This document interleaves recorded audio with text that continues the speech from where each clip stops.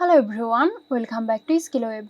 In this tutorial, I am going to show you how to fix hyperlinks in Excel. So let's get started.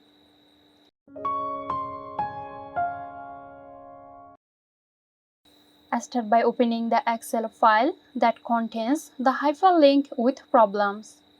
It's important to understand what the issue is, whether it's a broken link, an incorrect URL, or something else.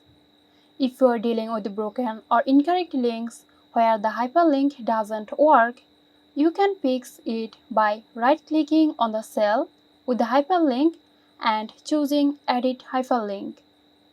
Ensure the correct URL is entered and click OK. Sometimes hyperlink may not work due to extra space in the URL. Make sure there are no spaces before or after the URL in the cell. So that's it. Hope you found this video helpful. Stay tuned for more helpful tutorials here at SkillWeb. This video is sponsored by Xirosoft. Xirosoft offers graphic design, UI UX design, digital marketing and web development. Elevate your brand with Xirosoft today. For more details, check the description box.